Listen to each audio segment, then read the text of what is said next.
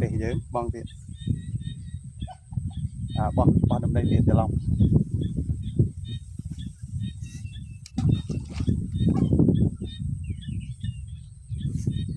bong hơi nhưng mà lên kia mà cách nhất là mà được tí đó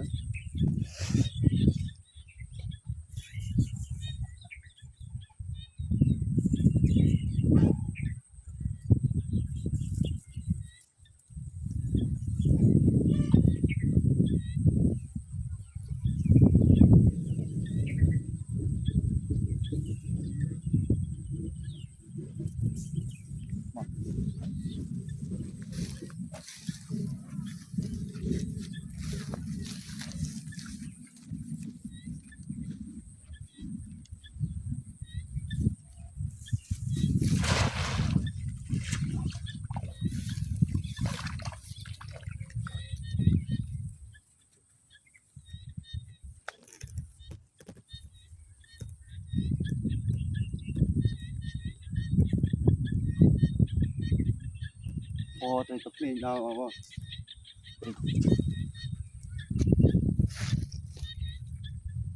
mà tôi tập lên